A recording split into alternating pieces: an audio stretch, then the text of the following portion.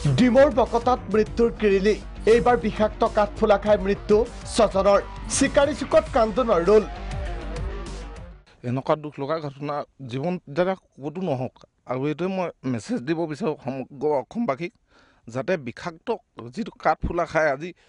এই মানুহঘৰত 5জনকৈ মানুহ নাইকিয়া হৈছে আৰু যাতে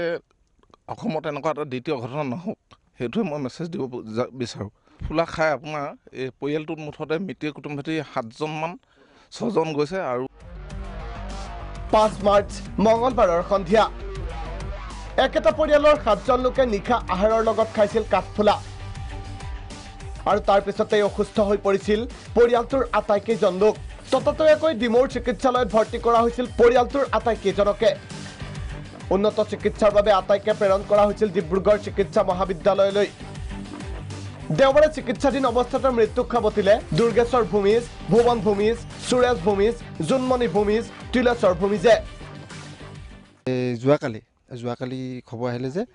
তেতিয়া এজন নাতিজন ঢুকাইছে তাৰ পিছতে মানে কি এতিয়া শুনিছোঁ বোলে নহয় আৰু আজি ৰাতিপুৱা প্ৰায় ৰাতিপুৱা সময়তে 9:30 বজাতে তেতিয়া খবৰ আহিছে বোলে এতিয়ালৈকে বোলে তেওঁলোকৰ আৰু বাকী 3জন আছিলে তেওঁলোকক মানে ঢুকাইছে বুলি কৈছে চিকিৎসালয়ত মৃত্যুৰে যুঁজিছে পিয়াচী ভূমিজে চিকিৎসালয়ত চক্ৰ বিষয়া মনোৰমা মৰাং উপস্থিত হৈ খবৰ লয় সমগ্ৰ ঘটনাৰ চুলাই ট্ৰেজেডিৰ পিছত কাঠফুলা খাই অকাল মৃত্যু হোৱা ঘটনাই তীব্ৰ চাঞ্চল্যৰ সৃষ্টি কৰিছে সমগ্ৰ অঞ্চলত ডিমৌৰ পৰা প্ৰশান্ত গগৈ প্ৰাগ নিউজ